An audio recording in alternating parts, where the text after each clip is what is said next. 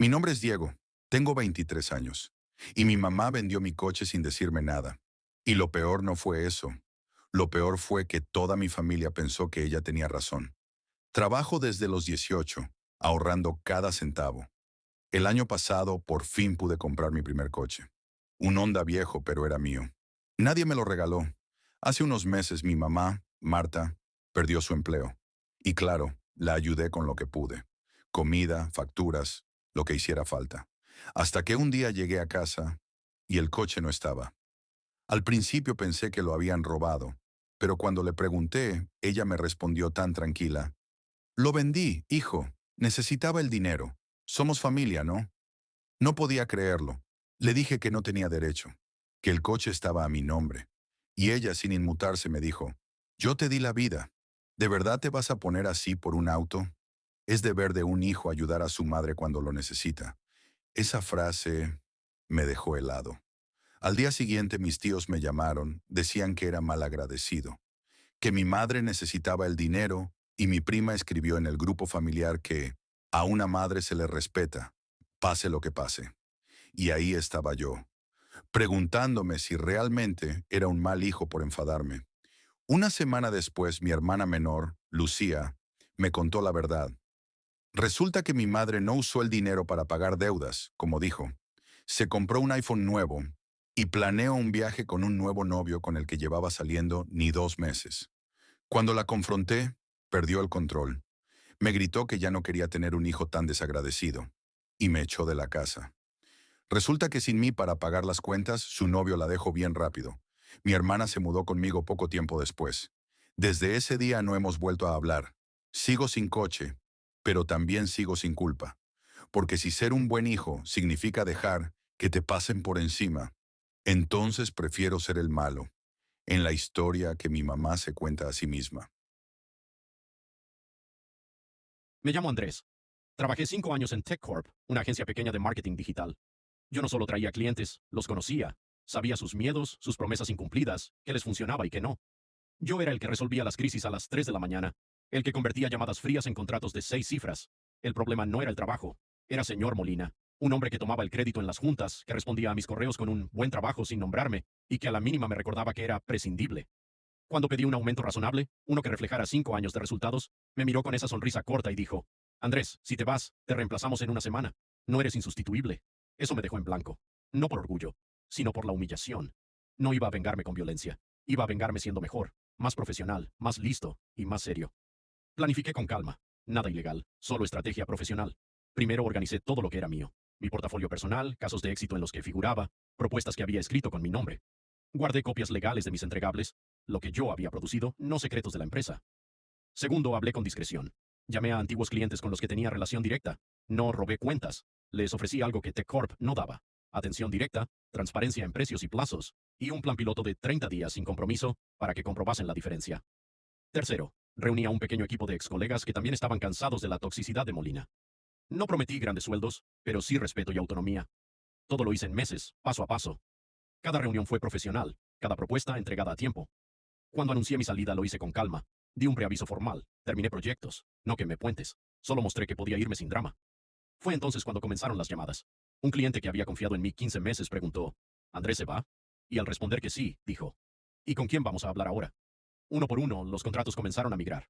No porque yo persuadiera con mentiras, sino porque mis clientes valoraban la confianza que yo les daba y la velocidad con que resolvíamos problemas. En TechCorp los números se desplomaron. Los empleados empezaron a buscar estabilidad en otros lados. Los inversionistas, furiosos por la pérdida de cuentas clave, exigieron cambios. Y quien pagó el pato fue el que siempre se sentaba en primera fila para tomar crédito. Señor Molina. Lo despidieron. Pude ver la expresión en su cara cuando recogía sus cosas, esa mezcla de incredulidad y orgullo herido. Hoy dirijo mi propio estudio. No es una venganza moral, es la consecuencia lógica de tratar bien a quienes confían en ti. Y cada vez que alguien me recuerda la frase de Molina, te reemplazamos, fácil, sonrío. Porque aprendí que la venganza más efectiva no es destruir, es construir algo que demuestra que ellos estaban equivocados desde el principio. Y eso para mí fue suficiente. Mi padre me echó de casa porque no quise darle mi herencia.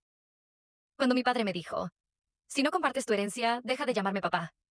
Me di cuenta de que nunca me quiso, solo quiso lo que tenía. Me llamo Sofía. Tengo 26 años. Mi mamá murió hace 2 años, y lo único que me dejó fue su parte de la casa familiar y un pequeño seguro de vida. No era mucho, pero era suyo, y significaba algo para mí. Desde que tengo memoria, mi padre, Julián, siempre fue complicado. Orgulloso, autoritario, de esos hombres que creen que el dinero les da la razón. Cuando mamá murió, él cambió. Pasó de ser distante a ser amable, demasiado amable. Me llamaba todos los días, me invitaba a comer, hablaba del pasado con una ternura que nunca había mostrado. Por primera vez, pensé que quizá la muerte de mamá lo había hecho reflexionar, hasta que me pidió un favor. Una tarde, mientras cenábamos, dejó el tenedor, me miró fijo y dijo: Sofía, necesito que me firmes algo. Era una cesión parcial de mi herencia. Decía que era solo para tener acceso temporal al dinero del seguro, porque tenía deudas urgentes. Le dije que no, no por egoísmo, sino porque mi madre me había dejado esa parte para que no dependiera de nadie. Y él lo sabía. A partir de ese día, todo cambió. Las llamadas se hicieron frías, los mensajes pasivos agresivos. Hasta que una noche, sin aviso, encontré mis cosas en cajas frente a la puerta. Le pregunté qué pasaba, y él solo dijo: si prefieres el dinero a tu familia, búscate otro techo. Lloré en silencio esa noche. No por la casa, sino porque entendí que mi madre siempre había intentado protegerme de él. Durante semanas no supe nada más. Hasta que un tío me escribió: tu papá vendió la casa. Dice que estás desaparecida. Fui a verla. Ya no quedaba nada mío. Solo un cuadro que mamá pintó cuando yo tenía 6 años. Colgado en la pared de una casa que ya no era nuestra. Tomé una foto y me fui. Con el tiempo, logré rehacer mi vida. Estudié, trabajé, ahorré. Y cuando mi padre quiso volver, años después, con lágrimas en los ojos, diciendo que extrañaba a su hija, solo le respondí: la perdiste el día que vendiste la casa de mamá. Hoy sigo sin hablarle. Y aunque a veces la culpa intenta visitarme, recuerdo que hay heridas que no se curan con un perdón, porque el amor que se compra siempre termina costando demasiado. Si esta historia te tocó el corazón, suscríbete para más relatos reales. Mi prometida enloqueció cuando le pedí firmar un contrato prenupcial y la desenmascaré frente a todos el día de la boda. Me llamo Carlos, y nunca olvidaré el día en que descubrí que la persona que más amaba solo estaba conmigo por interés. Todo empezó unas semanas antes de mi boda con Mariana. Llevábamos casi 5 años juntos, y aunque siempre fue cariñosa, tenía algo incómodo. Amaba el lujo, ropa, viajes, restaurantes caros, fiestas. Y aunque yo tengo un negocio familiar, una panadería que heredé de mi abuelo, nunca fuimos millonarios, pero ella hablaba como si casarse conmigo fuera un ascenso de categoría. Un día, tomando café con mi amigo Rodrigo, que es abogado, me soltó algo que cambió todo. Carlos, no quiero meterme, pero ¿vas a hacer un contrato prenupcial?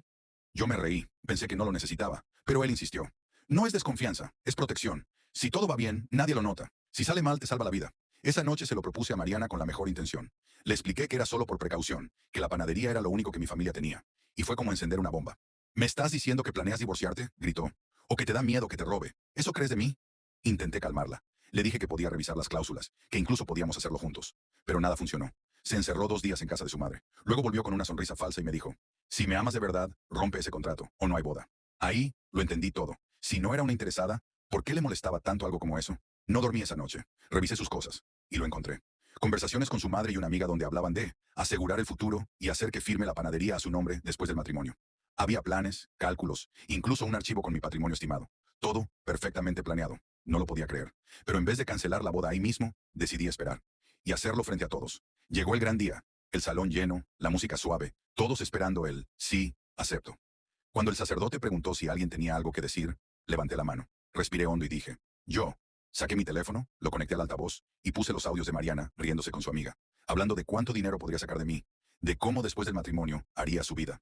La sala entera se quedó helada. Mariana gritó, lloró, intentó arrebatarme el teléfono. Pero ya era tarde. Le mostré los mensajes. Los invitados se levantaron. Mi madre lloraba. Su familia no sabía dónde meterse.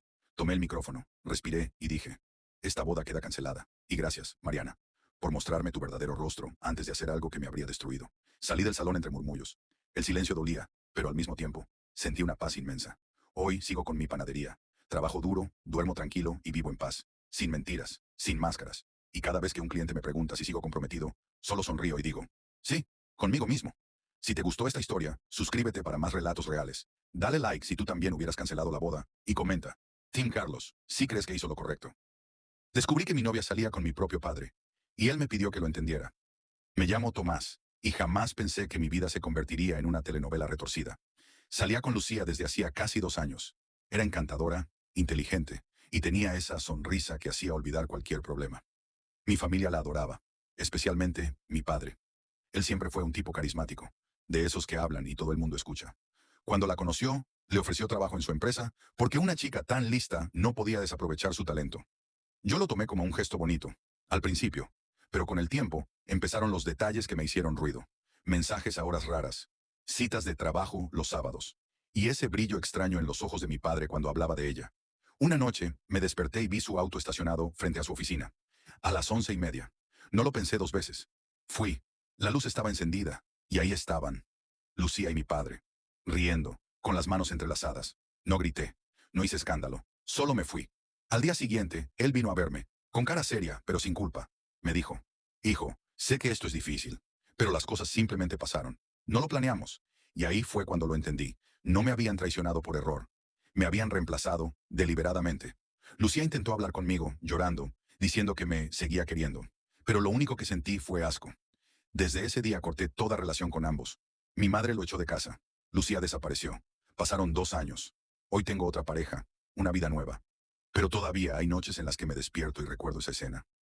No por el dolor, sino por la certeza de que, a veces la traición no viene de los enemigos, sino de la sangre y de la piel. Si esta historia te dejó sin palabras, suscríbete para más relatos reales, dale like si crees que Tomás hizo bien en irse, sin mirar atrás. Mi cuñada arruinó mi matrimonio, y mi esposa aún la defendió. Soy Esteban, y aprendí por las malas que a veces el enemigo no duerme fuera de casa, sino en el cuarto de al lado. Cuando me casé con Camila, todo parecía perfecto. Teníamos una casa pequeña, un perro adoptado y una vida tranquila. Hasta que su hermana, Daniela, se quedó sin trabajo y vino a quedarse unos días. Solo serían 2 semanas. Se convirtieron en 6 meses. Daniela era el tipo de persona que sabe manipular con una sonrisa. Me hacía bromas, se metía en nuestras discusiones y poco a poco empezó a adueñarse de todo. Decidía qué cocinar, qué ver en la televisión y hasta cómo debía vestir yo. Le dije a Camila que no me sentía cómodo. Ella me respondió que exageraba, que era su hermana. Pero todo cambió una noche. Llegué tarde del trabajo, cansado, y encontré a Daniela en el sofá, con mi camisa puesta. Solo la camisa, me dijo con una sonrisa helada. Camila está dormida, pero si quieres compañía. Sentí el corazón paralizarse. No respondí. Fui directo a mi habitación, cerré la puerta y dormí en el suelo. Al día siguiente, se lo conté todo a Camila. Esperaba enojo, apoyo, algo. Pero me dijo, seguro malinterpretaste. Daniela no haría eso. Y ahí lo entendí. No importaba lo que hiciera. Su hermana siempre estaría primero. Una semana después encontré mi maleta lista en la sala. Camila me pidió que me fuera para que las cosas se calmaran. Así que me fui. No hubo pelea ni gritos. Solo un silencio que lo decía todo. Pasaron 3 meses. Un amigo en común me contó que Daniela y Camila se habían peleado. Porque Daniela le confesó que sí lo intentó. Que quería probar si yo la traicionaría. Camila me llamó, llorando, pidiendo perdón. Pero ya era tarde. Porque entendí algo muy simple. Si tu pareja necesita una traición para abrir los ojos, ya no vale la pena salvar nada.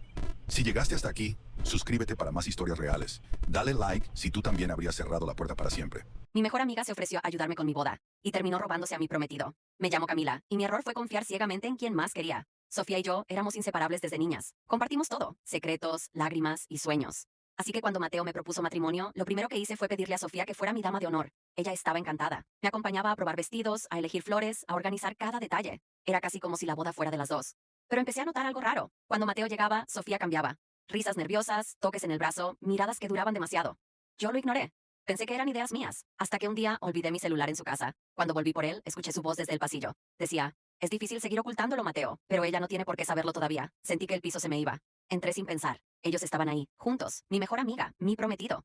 Sofía intentó hablar, llorar, justificarse. Dijo que había pasado una vez. Mateo guardó silencio.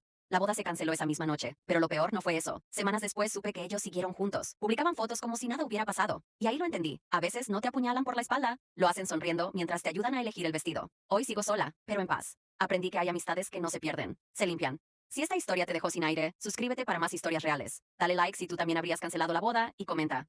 Team Camila, si crees que hizo lo correcto. Descubrí que mi esposa fingía trabajar, solo para esconder con quién pasaba las tardes. Soy Diego, y durante meses pensé que el problema era yo. Mi esposa, Valentina, empezó a comportarse raro. Llegaba más tarde del trabajo, siempre cansada, siempre con excusas. Yo confiaba, quería creerle. Hasta que un día, la empresa donde supuestamente trabajaba, me llamó. El gerente preguntó si podía pasar a recoger sus cosas. Valentina renunció hace 2 meses, me dijo. Me quedé en blanco. 2 meses. ¿A dónde había ido cada día? No le dije nada. Solo esperé. La siguiente mañana le di un beso, fingí salir al trabajo y la seguí en el auto. Ella manejó hasta un café, esperó un rato, y luego apareció él. Un tipo alto, trajeado. Se abrazaron. No como amigos. Los observé hablar, reír, tomarse de las manos, y luego se fueron juntos. No al trabajo, a un hotel. Me quedé en el auto temblando. No lloré, no grité. Solo apagué el motor y esperé horas, hasta que salieron. Esa noche, cuando volvió a casa, la esperé en la sala. Le pregunté cómo había estado su reunión. Ella sonrió tranquila y dijo, agotadora pero productiva. Entonces le lancé las llaves del hotel sobre la mesa. Su cara cambió. No dijo nada, solo se quedó helada. No hubo escándalo, solo silencio. Se fue a dormir al sofá. Y yo me fui para siempre. Semanas después, su madre me llamó. Valentina estaba desesperada, arrepentida, pero no contesté. Porque entendí que el amor no se mide por los años juntos, sino por lo que alguien hace cuando cree que no lo estás mirando. Si llegaste hasta aquí, suscríbete para más historias reales. Dale like si tú también habrías guardado silencio. Y comenta, Team Diego, si crees que hizo lo correcto.